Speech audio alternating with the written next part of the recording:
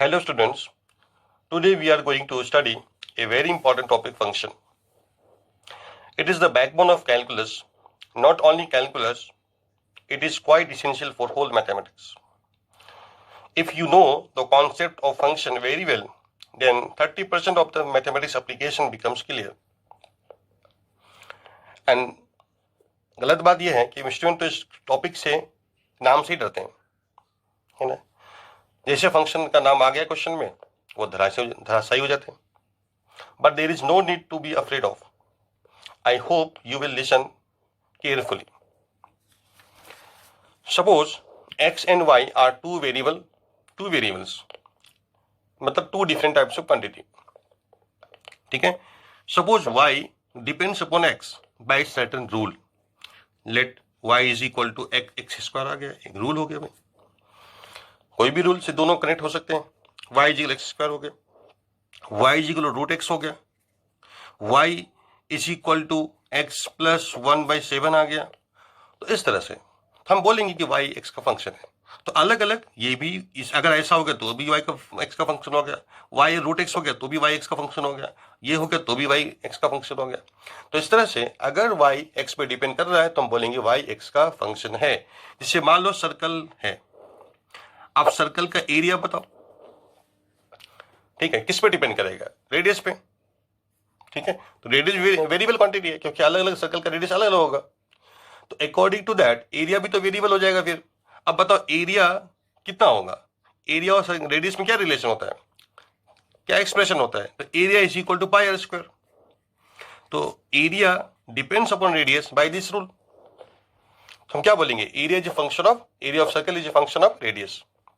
Similarly एक 3D object लेते हैं, स्फीयर, फुटबॉल जैसा.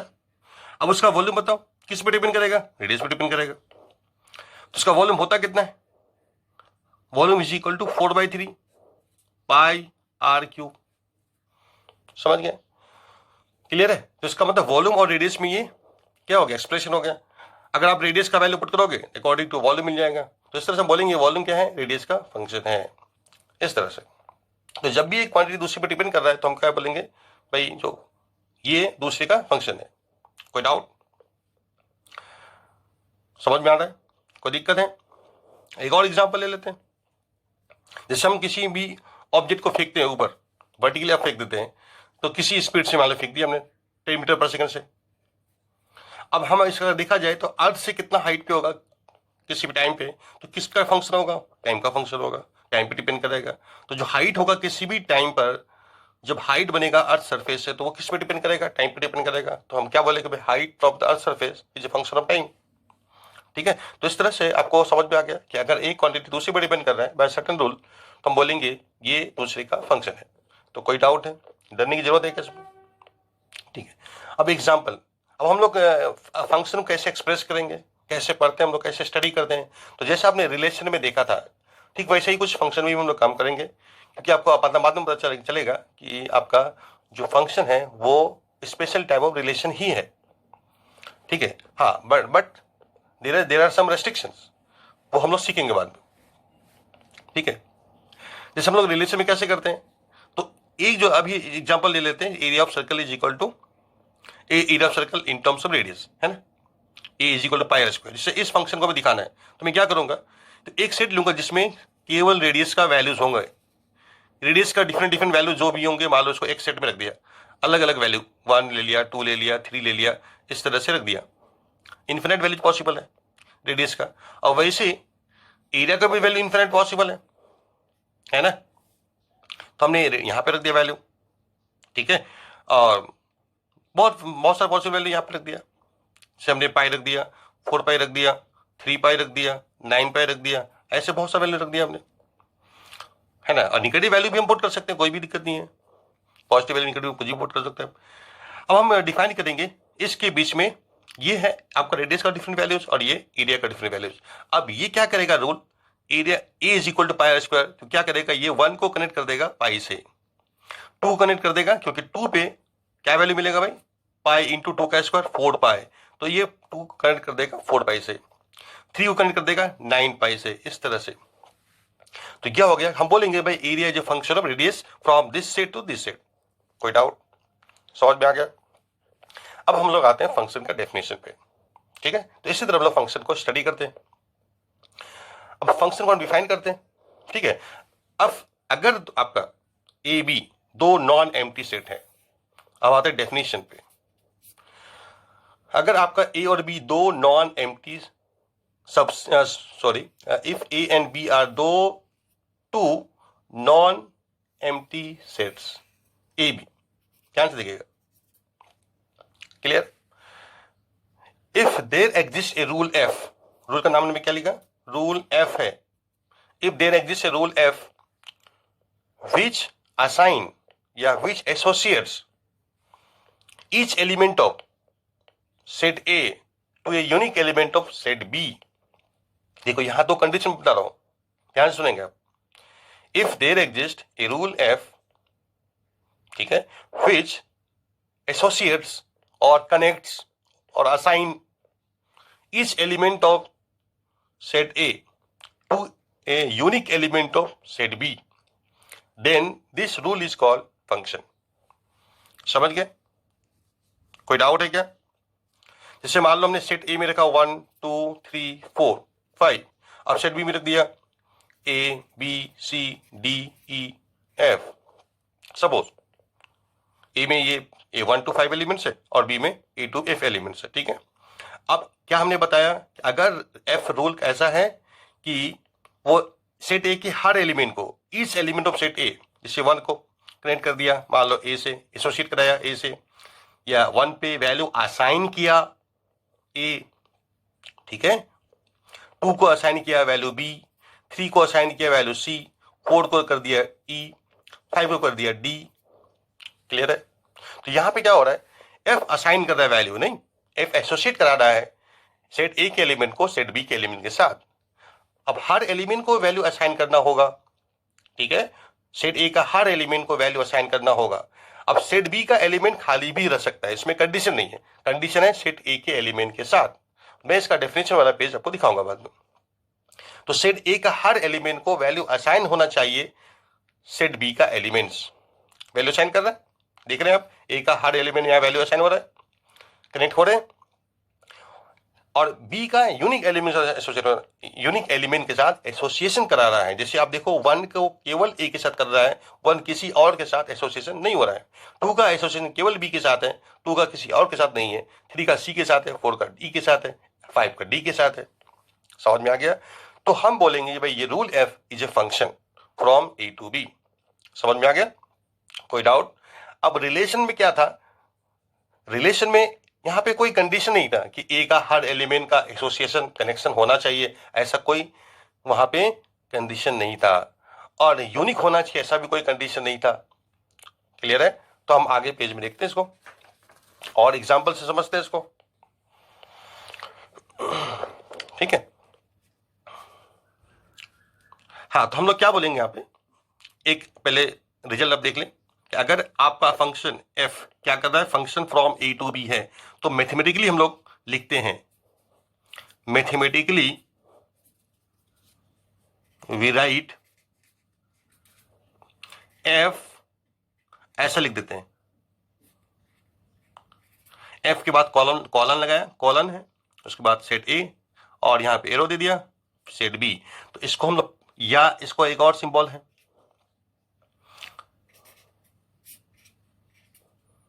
ऐसा लिख दिया, ए के बाद एरो, उस एरो के ऊपर एफ लिख दिया। फंक्शन एफ क्या है, फंक्शन का नाम है बी। समझ में आ गया? तो इसको हम लोग लिखा, तो इसको पढ़ते क्या है, तो पढ़ते हम लोग f is a function from A to B, f is a function from A to B. Clear है? क्या पढ़ते हम लोग, f is a function from A to B, या इसको दूसरा पढ़ते हम लोग f maps A to B. अब ये बताओ कि मैप का मतलब क्या होता है? मैप का मतलब वैल्यू असाइन करना, क्योंकि एफ मैप्स क्या करते हैं, एफ फंक्शन के ए के सेट के वैल्यू को, ए सेट के एलिमेंट को असाइन करता है द एलिमेंट्स ऑफ बी। समझ गए? कोई डाउट? तो अब आप एक पेज पढ़ो, ठीक है? अब जो हमने अब तक बताया उसको एक बार पढ़ लीजिए आप, ठीक है? 2 मिनट पढ़ो आप।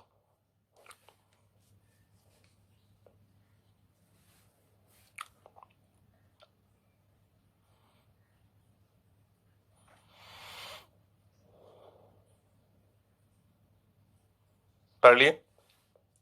तो देखिए, आप पॉज करके भी पढ़ सकते हैं, ठीक है। अच्छा, फंक्शन का दूसरा नाम मैपिंग भी है। तो मैंने बताया मैपिंग का मतलब, मैप का मतलब to value, to assign the value. क्योंकि क्या करता है फंक्शन, ए के सेट के एलिमेंट्स को वैल्यू असाइन करता है to the elements of B, value assign करता है, वी के एलिमेंट्स असाइन करते हैं ए के एलिमेंट्स को, तो इसलिए इसका नाम है मैपिंग भी है। तो देख लीजिए आप, if A and B are two non-empty sets, if there exists a rule F which associates or assign each element of set A to unique element set B, then such a rule F is called function। तो समझ में आ गया आपको? कोई doubt है? आगे बढ़े, ठीक है। और हम इसमें एग्जाम्पल लेते हैं इसको समझने के लिए। अब आपको बताना है कि इसमें कौन सा फंक्शन है। देखिए, आप सेट ए लिया हमने, सेट बी लिया, यहां पे लिखा 1 2 3, यहाँ पे रख दिया 1 2 3 4 5। चलो, वर्ड को हमने 1 से कनेक्ट कर दिया, फंक्शन ने कनेक्ट कर दिया, 2 को 3 असाइन कर दिया, 3 को भी 3 असाइन कर दिया। अब बताओ क्या ये फंक्शन है? ठीक है, तो 1 को 1 असाइन किया, 2 को 3 असाइन किया और 3 को 3 असाइन कर दिया। अब बताओ ये फंक्शन है क्या? ठीक है, आपको देखो थोड़ा ध्यान से, मैंने इसका नाम F1 रख दिया, एक और ले लिया। आपको सोचना है कि ये फंक्शन है या नहीं, जो फंक्शन कंडीशन जो बताया वो है कि नहीं।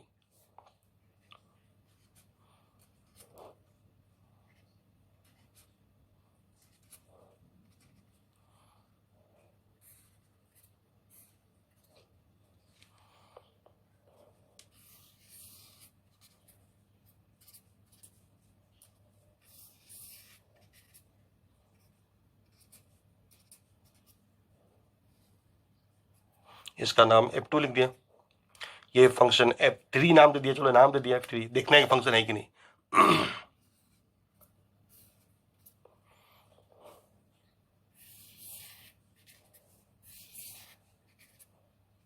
F4,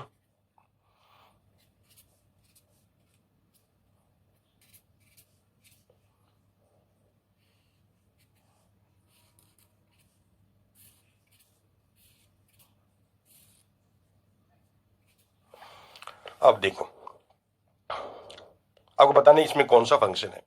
तो देखिए, F1 फंक्शन है क्या? अब हम देखते हैं, कंडीशन पे ध्यान देते हैं। हमने क्या कंडीशन बताया कि जो फंक्शन कब होगा, अगर वो सेट ए का हर एलिमेंट को वैल्यू असाइन करता है। तो फर्स्ट कंडीशन है कि ए का हर एलिमेंट को वैल्यू असाइन होना चाहिए। तो अब देखिए यहाँ पे ध्यान से, तो 1 को 1 असाइन हो गया, 2 को 3 असाइन हो गया, 3 को 3 असाइन हो गया, तो सेट ए का हर एलिमेंट को वैल्यू असाइन हो गया। तो फर्स्ट कंडीशन इज ओवर। और दूसरा कंडीशन क्या है? यूनिक एलिमेंट असाइन होना चाहिए। अब बताइए, 1 को वैल्यू क्या असाइन हो रहा है? केवल 1 हो रहा है, ठीक है। 2 को वैल्यू केवल 3 असाइन हो रहा है, कोई और असाइन हो रहा है क्या? नहीं। 3 को केवल 3 असाइन हो रहा है, 3 के अलावा कोई वैल्यू और असाइन नहीं हो रहा है, इसका मतलब ये फंक्शन है। अब यहां पे देखिए, इस F2 में क्या हो रहा है कि आपका फर्स्ट कंडीशन ही गड़बड़ हो रहा है कि यहाँ पे 3 को वैल्यू असाइन ही नहीं हो रहा है। तो ए का एक एलिमेंट जो है वो बिना कनेक्शन के रह गया, इसका association with the elements of B नहीं हुआ, इसलिए आपका ये फंक्शन नहीं है। फर्स्ट कंडीशन ही गलत हो गया पे। और इसमें क्या है, तो यहाँ पे कोई दिक्कत नहीं है क्योंकि इसका हर एलिमेंट को वैल्यू असाइन हो रहा है। और 1 को केवल 2 असाइन हुआ है, 1 को कोई और वैल्यू असाइन हो नहीं हुआ है। तो 2 को केवल 2 है असाइन हो रहा है, कोई वैल्यू और असाइन नहीं हो रहा है। 3 को केवल 2 असाइन हो रहा है, कोई और नहीं हो रहा है, इसका मतलब ये भी फंक्शन है। समझ रहे हैं? अब आते हैं हम लोग इसमें क्या गड़बड़ है, क्या फंक्शन है। तो यहाँ पे देखो, 1 का 2 असाइन हो गया, 2 को भी असाइन हो गया, 3 को भी असाइन हो गया, लेकिन यहाँ पे गलत क्या है कि 3 को 2 वैल्यू असाइन हो रहा है, 3 का एसोसिएशन 2 एलिमेंट से हो रहा है। तो यहाँ पे यूनिकनेस खत्म हो गया कि कोई भी एलिमेंट को केवल एक ही वैल्यू असाइन होना चाहिए, यहाँ 2 वैल्यू असाइन हो गया, तो इसलिए ये फंक्शन नहीं होगा।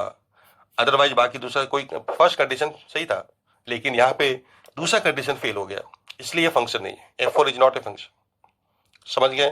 कोई दिक्कत? ठीक है। अब एक चीज यहाँ पे ध्यान से देखो कि मान लो अगर F फंक्शन है, यहाँ पे ध्यान से देखिए, F फंक्शन है, इनसे दो सेट के बीच में F फंक्शन है और X को वैल्यू Y असाइन हो रहा है। क्या हो रहा है? X को वैल्यू y असाइन कर रहा है। f फंक्शन ने क्या किया, सेट a का एलिमेंट x को y जो कि सेट b का एलिमेंट है वैल्यू असाइन कर रहा है। f assign x to y, x को y असाइन हो रहा है, तो हम बोलेंगे y x का क्या है, इमेज है। y x का इमेज है, क्या बोलेंगे, y x का इमेज है, या y is the value of function at x, y is the value of function at x, या और अगर अच्छे से बोला जाए तो क्या बोलेंगे हम लोग, y is the image of function f at x। समझ गए? और अच्छे बोलेंगे तो y is image of x under f, y is image of x under f। समझ गए? y is the value of function at x, कोई दिक्कत?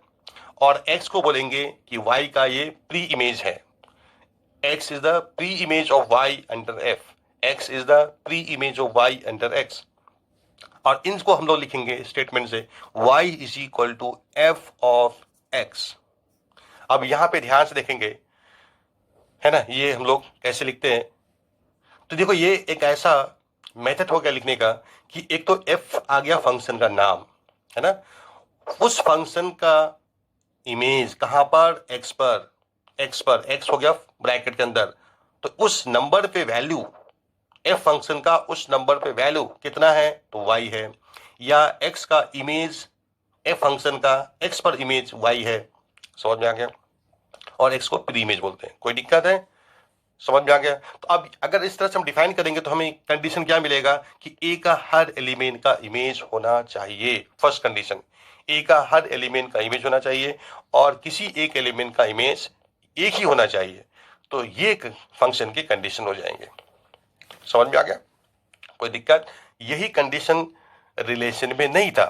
हाँ, अगर आप देखा जाए तो इसमें रिलेशन कौन है, तो इसमें सभी रिलेशन है, इसमें कोई कंडीशन नहीं है, लेकिन फंक्शन में दो कंडीशन है, जो कंडीशन सेटिस्फाई करेगा वही फंक्शन हो पाएगा। ठीक है, अब आप देखें, अभी जो हमने आपको बताया, ठीक है, उसको आप देख लीजिए।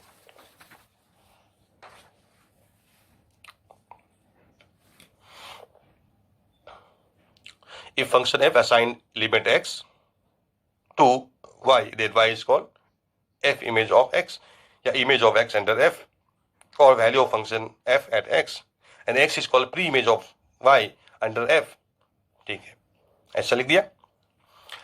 अब एग्जाम्पल देख लीजिए, मान लीजिए फंक्शन f है, तो a को 1 असाइन हो रहा है, b को 3 असाइन हो रहा है, तो हम कैसे लिखेंगे, तो हम बोलेंगे f of a is 1, f of b is 3, f of c is 4, f of d is 5।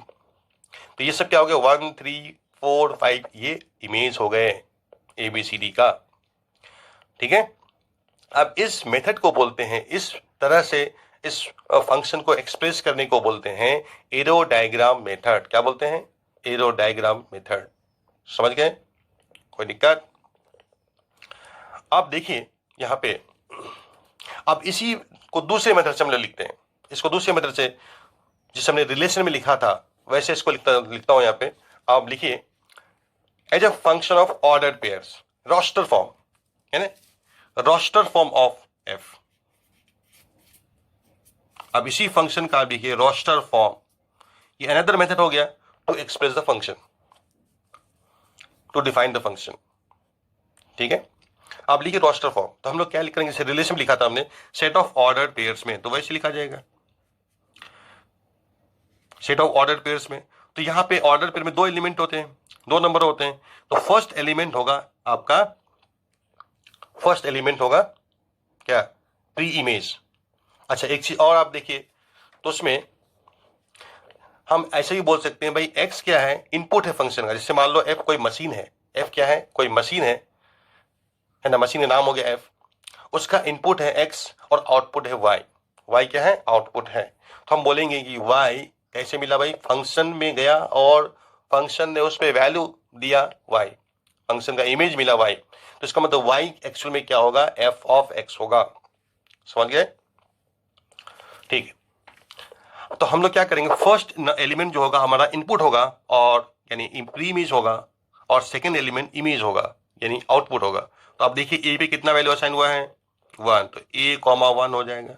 दूसरा ऑर्डर पेयर में क्या होगा, इनपुट क्या है b, आउटपुट क्या है 3, b,3 आ गया। फिर क्या हो जाएगा c, आउटपुट क्या मिला 4, d इनपुट है, आउटपुट क्या मिला 5, सॉरी। तो इस तरह से रोस्टर फॉर्म हो गया। कोई डाउट है? ठीक है, तो इस तरह ये फंक्शन को एक्सप्रेस करने का दूसरा तरीका हुआ। और एक तरीका और देखेंगे हम लोग, जिसको हम लोग ग्राफ बोलते हैं, है ना, उससे भी फंक्शन एक्सप्रेस करते हैं हम लोग। कोई डाउट यहाँ पे? ठीक है, अब हम आगे बढ़ेंगे। हाँ, चूंकि हमने देखा कि भाई फंक्शन, जैसे रिलेशन बताया था, रिलेशन अच्छा ये क्या बोल सकते हैं भाई, ये क्या है, जैसे रिलेशन में था ए क्रॉस बी का सबसेट होता है, तो वैसे यह भी यहाँ फंक्शन भी क्या होगा, ए क्रॉस बी का सबसेट होगा। कोई डाउट है यहाँ पे? क्लियर हो गया? ठीक है, अगर हम लोग फंक्शन को डिफाइन करना चाहें इन टर्म्स ऑफ रिलेशन, ठीक है, इन टर्म्स ऑफ रिलेशन डिफाइन क्या क्या होगा, तो ऐसा रिलेशन जो सेट ए के इस एलिमेंट को कनेक्ट कर दे with the unique elements of set B, तो वो रिलेशन हमारा फंक्शन हो जाएगा। ठीक है, वो रिलेशन हमारा क्या हो जाएगा, फंक्शन हो जाएगा। तो every function is a relation, but every relation is not a function, याद रखें। अब हम आते हैं नेक्स्ट टॉपिक पे। ठीक है, नेक्स्ट टॉपिक पे आते हैं, डोमेन, कोडोमेन एंड रेंज। ठीक है, अब यहां पे दो टाइप हम लोग बात करते हैं।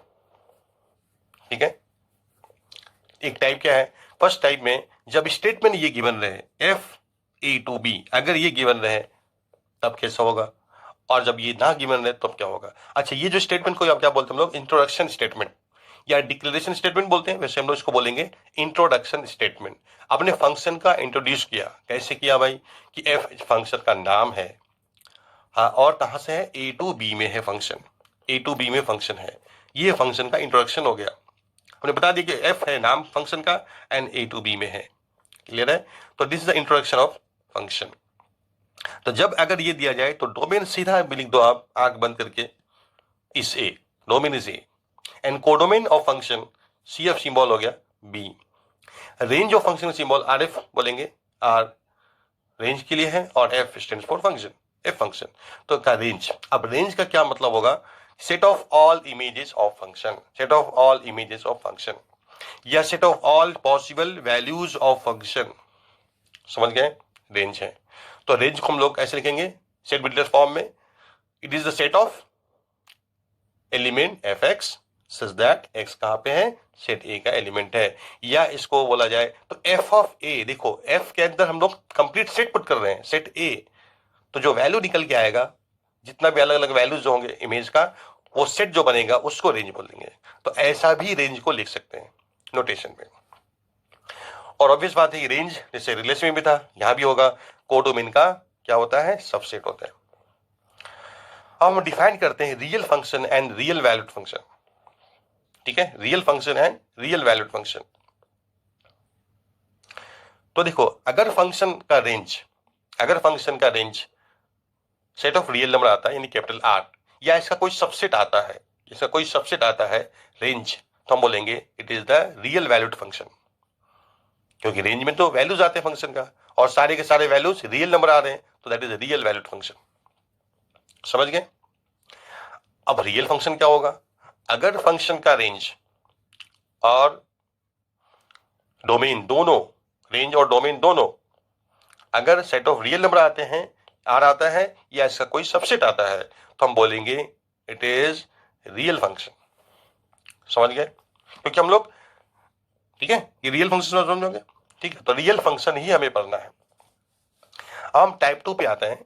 अब टाइप 2 में क्या है, जब स्टेटमेंट गिवन ना हो, f from A to B, ये स्टेटमेंट गिवन ना हो, केवल एक्सप्रेशन लिख दिया जाए f of x is equal to x square like that, तो उस केस में डोमेन का क्या मतलब होगा, तो इन that case domain of function, domain of function का मतलब होगा set of those real numbers, set of those real numbers, क्योंकि हम लोग रियल फंक्शन पढ़ते हैं, तो हमें उन एक्स, सेट ऑफ वो रियल नंबर्स एक्स हम लेंगे जिस पे फंक्शन की वैल्यू यानी एफ ऑफ एक्स की वैल्यू एक्सपोर्ट करने के बाद जो फंक्शन की वैल्यू निकल के आए दैट इज रियल नंबर। फिर सुन लीजिए, set of those real numbers and which value of function या image is real number, that is the domain. समझे? यानी अब हम बोल सकते हैं domain of function is set of X such that F of x is belongs to real number, ये domain हो जाएगा। And codomain, in that case codomain हम लोग आर मान लेंगे, कोडोमेन को आर मान लेंगे, क्योंकि हम रियल फंक्शन ही पढ़ रहे हैं, इसलिए हम लोग आर से आगे जाना ही नहीं है।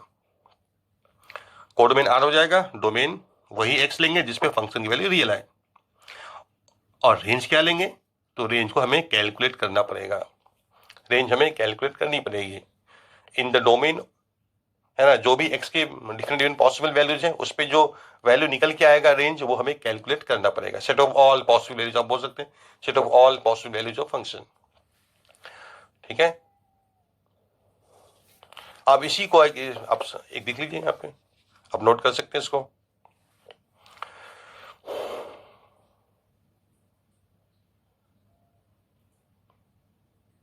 पॉज करके आप नोट कर सकते हैं। ठीक है, अब हम लोग इसमें कुछ एग्जांपल लेते हैं। जैसे हमने एफ एक्स लिखा, अब एक क्वेश्चन लिख लीजिए। आप क्वेश्चन लिखिए, आप first question, find domain codomain range of following functions.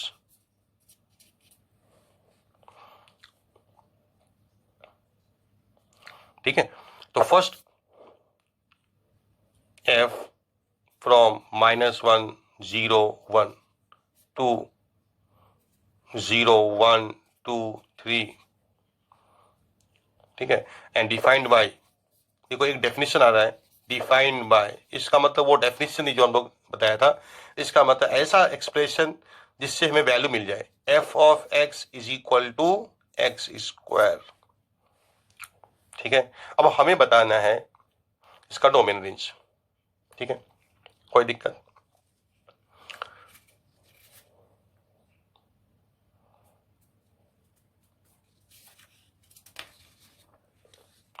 चलिए पहले इसी क्वेश्चन को कर लिया जाए। तो जैसे आपको स्टेटमेंट दे दिया तो सीधा क्या बोलोगे, domain is equal to set A -1 0 1, codomain is set B 0 1 2 3, और रेंज क्या होगा, तो हमें वैल्यू कैलकुलेट करनी होंगी।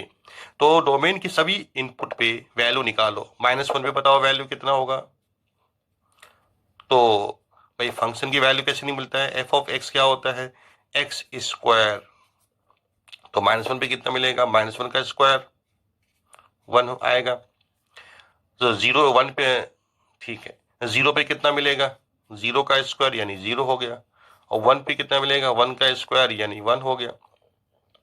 ठीक है, इस तरह से जो रेंज होगा वो कितना हो जाएगा, तो 1 इमेज है, 0 इमेज है, फिर 1 इमेज है, तो 1 है 0 1 तो हमने ये ले लिया, तो एक ही बार लिखेंगे 1 0, ये क्या हो गया,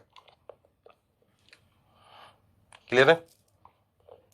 नेक्स्ट, तो ये रेंज हो गया, सब समझ में आ गया आपको। दूसरा एग्जांपल लेते हैं, f from -1 to 1 to r defined by, express हम सेम ही ले रहे हैं पर चेंज कर रहे हैं हल्का सा, defined by f x is equal to x square plus 1। अब हमें बताना इसका डोमेन रेंज, कोडोमेन। तो देखिए, अब बताइए डोमेन क्या हो गया, तो domain of this function is -1 to 1, range function कितने हो जाएंगे, अच्छा रेंज तो निकालो, कोडोमेन पहले बता दो, चलो कितना हो गया, और अब रेंज कैसे निकालोगे। तो देखो आपका जो डोमेन है -1 to 1 यानी all real number between -1 and 1 including -1 and 1 also, तो ऐसे कंटिन्यूस रियल नंबर्स है पहले क्या था, डिस्क्रीट वैल्यू था -1 0 1, अब यहाँ कंटिन्यूस वैल्यूज है। तो ऐसे केस में रेंज कैसे निकालेंगे, दैट विल बिकम डिफिकल्ट, है ना। देन द फर्स्ट क्वेश्चन, अब आप देखो कि x आपका क्या है, -1 to 1, ऐसा आप बहुत पढ़ चुके हैं। एक्स स्क्वायर क्या होगा, अब ऐसे नंबर का स्क्वायर करोगे क्या, कहां से कहां तक जाएगा, अब यहां तक पहुंचो x² + 1 तक, कैसे होगा। तो जब भी निगेटिव से पॉजिटिव होते हैं तो स्क्वायर करने पे मिनिमम जाता है 0, और मैक्सिमम क्या होगा, इन दोनों में जिसका स्क्वायर ज्यादा आ जाए 1। क्लियर है। तो x² की वैल्यू 0 से 1, उसमें 1 ऐड कर दो, तो यही हो गया फंक्शन की वैल्यू, है ना। तो इसका रेंज क्या बोलेंगे हम लोग, फिर हम रेंज बोलेंगे 1 to 2, रेंज हो गया। तो इस तरह से हम लोग कैलकुलेट कर सकते हैं।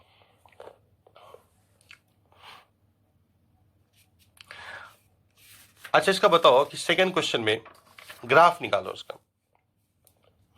सेकेंड क्वेश्चन में ऑल्सो फाइंड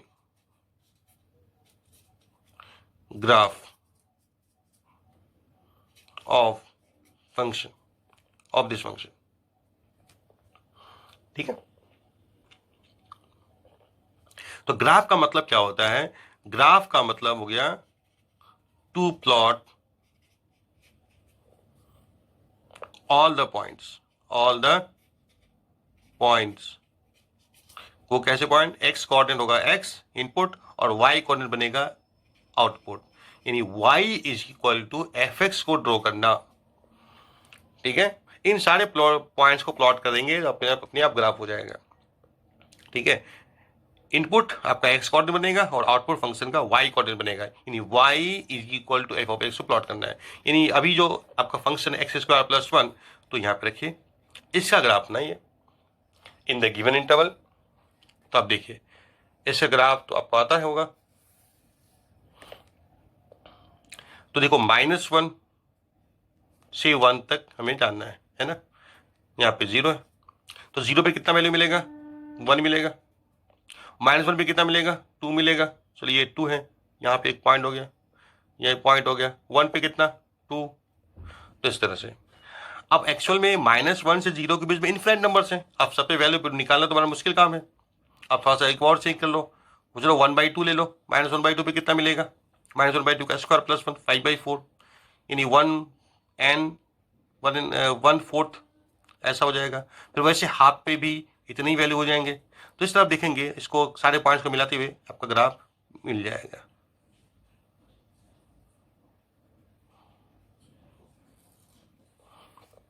इस तरह से ग्राफ हो जाएगा, ठीक है। अब ग्राफिकल तरीका भी होता है टू फाइंड द रेंज या डोमेन, दोनों आप देख सकते हैं। तो डोमेन का मतलब यहाँ पे क्या, ग्राफ से यूजिंग ग्राफ डोमेन क्या हो जाएगा, set of x coordinates of all points of graph, और ऐसे रेंज क्या हो जाएगा, set of y coordinates of entire graph. अब बताओ मुझे इसमें डोमेन क्या है, अब ग्राफ देख के चलो बता दो। तो एक्स कोऑर्डिनेट कहां से काटेगा, पॉइंट का सबसे कम एक्स कोऑर्डिनेट इसी का होगा और सबसे ज्यादा एक्स कोऑर्डिनेट इसका होगा, तो कहां से काटेगा, -1 से 1, कंप्लीट वैल्यूज हैं, एक भी मिसिंग नहीं है क्योंकि कंप्लीट ग्राफ है आपका, हिस्सा हो जाएगा। अब रेंज बताओ, तो सेट ऑफ y कोऑर्डिनेट्स, सबसे कम y कोऑर्डिनेट क्या है, 1 सबसे कम y कोऑर्डिनेट है, और इधर लगातार कंटिन्यूस बढ़ रहा है, कोई भी मिसिंग नहीं है, और लगातार अप टू कहां तक बढ़ रहा है, 2 तक बढ़ रहा है। तो इसका मतलब है ना, आप इधर देखो ध्यान से, जैसे यहाँ पे 1 मिला, इधर 5/4 मिला था, यहाँ पे इधर भी तो 5/4 मिला था, लेकिन 5/4 तो एक ही बार रखना है ना, कोई भी एलिमेंट एक ही बार लेना है। तो इसका मतलब क्या बोलेंगे आप, 1 भी मिल रहा है और लगातार कहां तक मिल रहा है, 2 तक मिल रहा है। तो ये रेंज हो गया, समझ में आ गया, कोई दिक्कत है, समझ गए। तो इस तरह से आपको डोमेन रेंज समझ में आ गया। अब हम दूसरा एग्जाम्पल लेते हैं।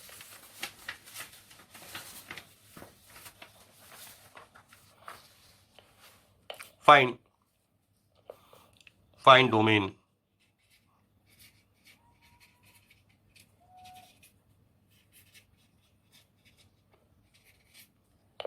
following function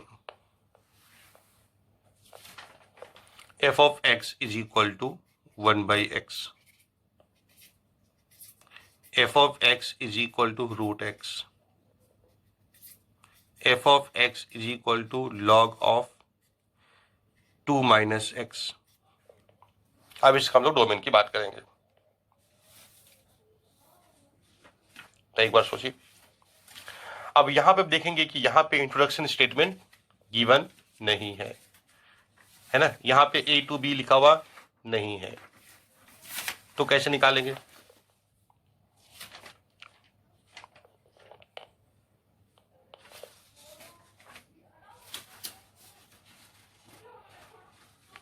तो यही पे हमने टाइप 2 बताया था आपको कि अगर आपको डोमेन कोडोमेन कुछ मेंशन ना हो, केवल एक्सप्रेशन मेंशन है, तो इस केस में डोमेन का मतलब कैसा? तो अब इसको अब एक बार देख सकते हो।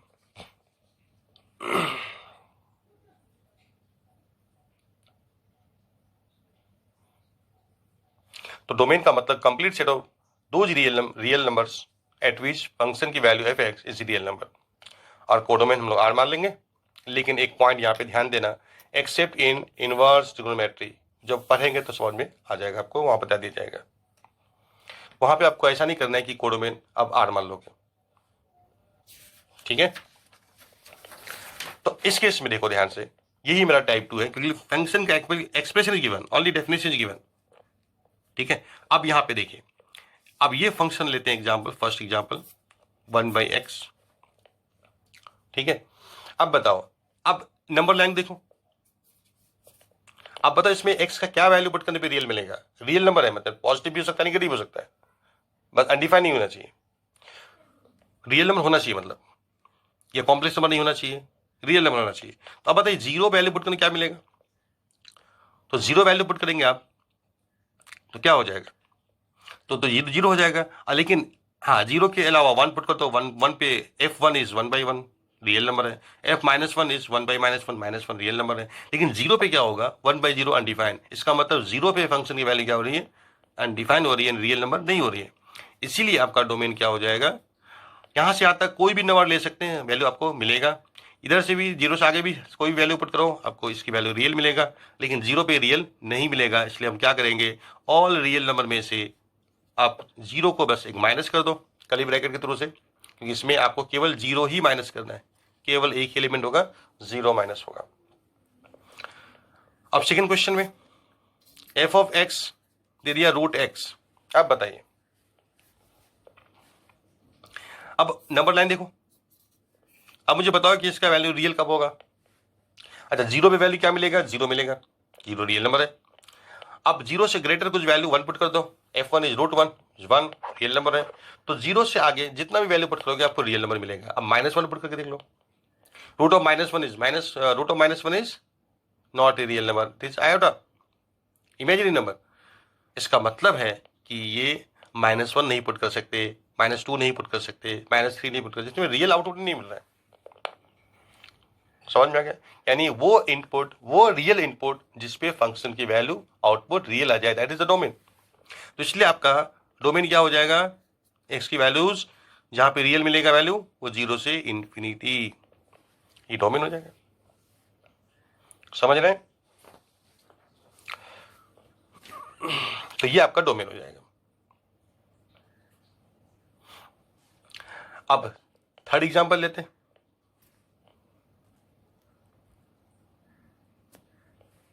Third example,